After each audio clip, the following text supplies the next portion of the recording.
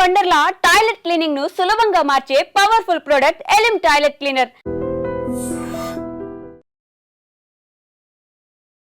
పెద్దన్న దేశం అమెరికాలో అక్రమ వలసదారులను అడ్డుకునేందుకు అక్కడి అధికారులు వ్యవహరిస్తున్న తీవ్ర విమర్శలకు తావిస్తోంది. ప్రపంచ దేశాలనే కలవరపాటుకు గురి చేస్తుందని చెప్పొచ్చు. ఒకప్పుడు ఒక డ్రీమ్ కంట్రీ, కలల దేశంగా ప్రతి ఒక్కరికి ఒక గ్రేట్ హోప్ క్రియేట్ చేసినటువంటి అమెరికాలో ఇప్పుడు అక్కడ అధికారులు కఠినంగా వ్యవహరిస్తున్న తీరు అందరినీ ఆశ్చర్యానికి గురి చేస్తోంది. మరొక వైపు ఇంత పెద్ద ఎత్తున ఒక డెమోక్రటిక్ కంట్రీలో మానవ హక్కుల ఉల్లంఘన జరుగుతోందంటూ సోషల్ మీడియాలో అక్కడికి సంబంధించినటువంటి అక్కడ అధికారులు అక్రమ వలసదారులను ట్రీట్ చేస్తున్నటువంటి విధానం, ఆ తీరుకు సంబంధించినటువంటి వీడియోలు ఇప్పుడు సోషల్ మీడియాలో వేదికగా మారుతూ అలాగే ప్రతి ఒక్కరిని కూడా ఒక ఆవేదనకు ఆందోళనకు గురి చేస్తున్నటువంటి పరిస్థితులు. తాజాగా ఒక భారతీయ విద్యార్థిని అక్రమ వలసదారులను అడ్డుకట్ట వేసేటటువంటి ఆ ప్రాసెస్లో అక్కడ అమెరికా అధికారులు ఒక భారతీయ విద్యార్థిని ఏ రకంగా ట్రీట్ చేశారంటే ఆ యువకుడికి 2 చేతులకు సంకెళ్ళు వేసి నేలపై పడుకోబెట్టి అతన్ని అతి దారుణంగా ట్రీట్ చేశారు. ఇక్కడ మానవ హక్కులు ఎంత స్థాయిలో ఉల్లంఘనకు గురవుతున్నాయో అనటానికి కూడా ఈ వీడియో ఒక ఎగ్జాంపుల్ అని చెప్పొచ్చు. ఒక NRI Xలో ఈ వీడియోను పోస్ట్ చేసి ఇక్కడ అమెరికాలో ప్రస్తుతం వలసదారులను ఎలా ట్రీట్ చేస్తున్నారో చూడండి. ప్రస్తుతం ప్రతి ఒక్కరు కూడా ఒక ఆవేదన ఆందోళనలో పడాల్సినటువంటి పరిస్థితులు నెలకొన్నాయి అంటూ కూడా ఆయన ట్వీట్ చేశారు, పోస్ట్ చేశారు Xలో.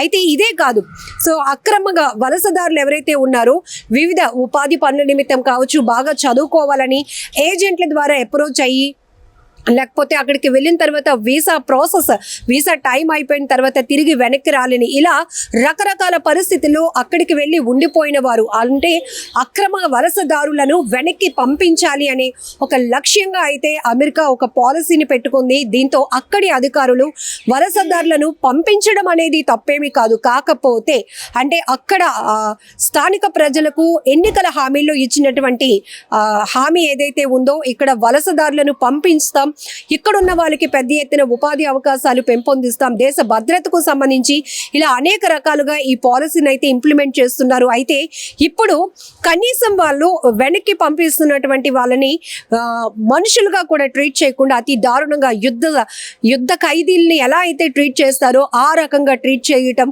అలాగే గతంలో కూడా మనం చూసాం, అక్రమంగా వలసదారులు ఎవరైతే ఉన్నారో వాళ్ళకి కూడా సంఖ్యలు వేసి విమానాల్లోనికి ఎక్కించి పంపించినటువంటి పరిస్థితులు తీవ్ర దుమారం రేపాయి, పెద్ద ఎత్తున విమర్శలకు తావిచ్చాయి. ఇక్కడ అమెరికా అనేటప్పటికీ అనేక దేశాల నుంచి యువత కావచ్చు, ఉపాధి కోసం పెద్దవాళ్ళు, మహిళలు ఇలా ఎవరైనా కూడా కుటుంబ సభ్యులతో కూడా అక్కడికి వెళ్ళి సెటిల్ అయిన వాళ్ళు కావచ్చు, ఇలా అనేక రకాలుగా వెళ్ళి అక్కడ ఉండిపోయిన పరిస్థితుల్లో ఇప్పుడు వారందరినీ ఎవరైతే ఒక ప్రాసెస్ లేకుండా అక్కడ ఉన్నారో అలాంటి వలసదారులను గుర్తించి వెనక్కి పంపించేందుకు పెద్ద ఎత్తున ఒక ప్రోగ్రామింగ్ లా పెట్టుకుంది అమెరికా దేశం. అయితే అక్కడ అధికారులు ఈ రకంగా ట్రీట్ చేయటమే ఇప్పుడు పెద్ద ఎత్తున విమర్శలకు తావిస్తోంది. ఈ స్థాయిలో అక్కడ మానవ హక్కుల ఉల్లంఘన, ఒక డెమోక్రటిక్ కంట్రీగా చెప్పుకునే అమెరికాలో ఈ స్థాయిలో అక్కడ అధికారులు మానవ హక్కులను ఉల్లంఘిస్తున్నారు. మనుషుల్ని మనుషుల్లా కాకుండా ఒక నేరస్తుల్ని ట్రీట్ చేసినట్టుగా ట్రీట్ చేసి పంపిస్తున్నారు.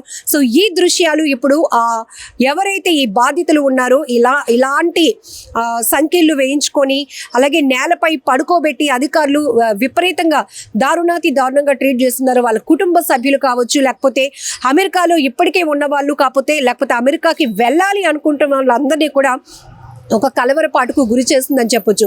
ఇక్కడ ఆల్టర్నేటివ్ టు డిటెన్షన్ అంటే ఇప్పటికే వివిధ కారణాలతో అక్కడికి వెళ్ళి వెనక్కి తిరిగి రాలేనటువంటి పరిస్థితుల్లో ఏజెంట్ల చేతుల్లో మోసపోయి ఉన్నవాళ్ళు, లేకపోతే హైయర్ స్టడీస్ కోసం అక్కడికి వెళ్ళి ఇంకా ఉద్యోగాలు చేస్తూ అక్కడ కంటిన్యూ అయిపోతున్న వాళ్ళు, వీసా టైం అయిపోయినా కూడా అక్కడ ఉండిపోయిన వాళ్ళు. సో ఇలాంటి పరిస్థితిలో అక్కడ ఉన్న వాళ్ళు అయితే కనుక ఆల్టర్నేటివ్ డిటెన్షన్ ఈ ప్రోగ్రామింగ్ లో వాళ్ళు అప్రోచ్ అవ్వాల్సి ఉంటుంది.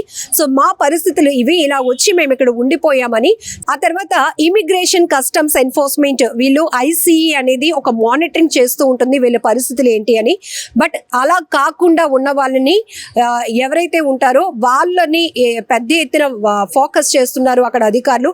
ఇలా ఈ మానిటరింగ్ సిస్టంలోనికి రాకుండా తప్పించుకుంటున్న వాళ్ళని కూడా వాళ్ళు ఫస్ట్ టార్గెట్ గా పెట్టుకుంటున్నారు. అంతేకాదు ఇలా ఆల్టర్నేటివ్ డిటెన్షన్ కింద ఎవరైతే అక్కడ అక్రమ వలసదారులుగా ఉన్నారో వాళ్ళకి టెక్నికల్ గా కూడా వాళ్ళని గుర్తించి పనిలో పడుతున్నారు అక్కడ అధికారులు. అయితే వలసదారులను పంపించటం అనేది ఇక్కడ తప్పు పట్టడం లేదు, కానీ వాళ్ళని పంపిస్తున్నప్పుడు వాళ్ళని ఎలా ట్రీట్ చేస్తున్నారు, చేతులకు సంకెళ్ళు వేసి రెండు చేతులు వెనక్కి విరిచి సంకెళ్ళు వేసి నేలపై పడుకోబెట్టి విమానాల్లో ఎక్కించటం, ఇప్పుడు ఇది పెద్ద ఎత్తున దుమారాన్ని లేపుతోందని చెప్పొచ్చు.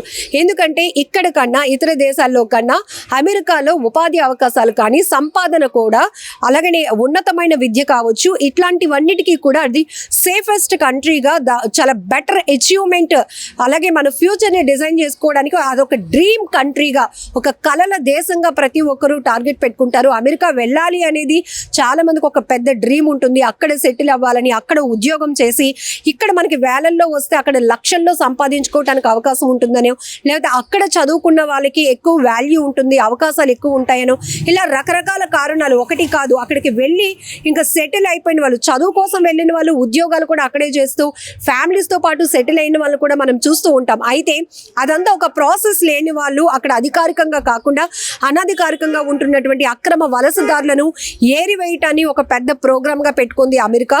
అదే ఒక పాలసీగా కూడా ఇంప్లిమెంట్ చేస్తోంది. దీంట్లో అధికారుల తీరు మాత్రం తీవ్ర విమర్శలకు తావేస్తోందని చెప్పొచ్చు. ఇంతకు ముందు కూడా ఈ విమానాల్లో సంఖ్యలు వేసి ఎక్కించినటువంటి పరిస్థితులు కూడా ఎంత దుమారం రేపాయో, ఇప్పుడు తెలుగు విద్యార్థిని అక్కడ అధికారులు ట్రీట్ చేసినటువంటి విధానం కూడా అంతే విమర్శలకు తావేస్తోంది. ఎందుకంటే మానవ హక్కులు అక్కడ చాలా సక్రమంగా అమలవుతాయి, చాలా ఫ్రీడమ్ కంట్రీ, మంచి అచీవ్మెంట్ ఉంటుంది, చాలా అన్ని రకాలుగా ఉపాధికి కానీ అన్ని రకాల అవకాశాలకి అనుకూలమైనటువంటి దేశంగా అమెరికాని ఫస్ట్ చాయిస్లో చూస్ చేసుకుంటారు. అలాంటి పరిస్థితులు కాకుండా ఇప్పుడు ఇతర దేశాల నుంచి వెళ్ళిన వాళ్ళు కావచ్చు, ఇండియన్స్ కావచ్చు, లేకపోతే ఇతర ప్రాంతాల నుంచి వెళ్ళిన వాళ్ళు కావచ్చు, ఇప్పటికే అక్కడ సెటిల్ అయిన వాళ్ళు కావచ్చు, అక్రమ వలసదారులుగా ఉన్న వాళ్ళు కావచ్చు, ఇప్పుడు ప్రతి ఒక్కరిని ఒక ప్యానిక్ లోనికి వెళ్ళేలాగా ఈ వీడియోస్ దృశ్యాలు కనపడతా ఉన్నాయి చెప్పొచ్చు.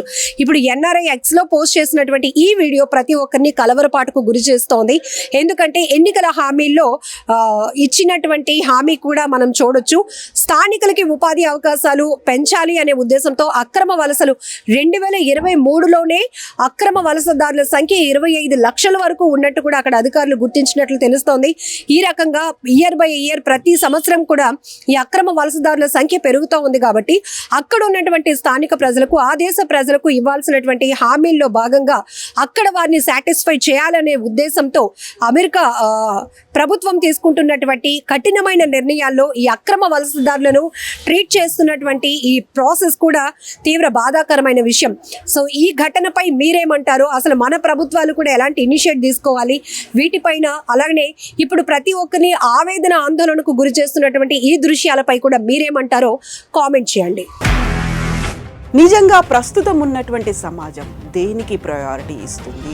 ఆర్థిక సంబంధాల చుట్టూ మాత్రమే తిరుగుతోంది. మళ్ళీ ఎన్నికలంగానే చాలా విరక్తి కలుగుతున్నాం. మంచి అనిపిస్తుంది కదా, లేడీస్ కూడా ఛాలెంజింగ్ జాబ్స్ చేసినప్పుడు చాలా బాగుంటది. ట్రాఫిక్ అసిస్టెంట్స్ గా నియమించిన ట్రాన్స్జెండర్స్ అందరితో సాల్యూట్ చేయించుకుంటున్నారు. ఫుడ్ డెలివరీ ఇవ్వటానికి వెళ్ళినటువంటి డెలివరీ బాయ్ అనిల్ పై కళ్ళ ముందు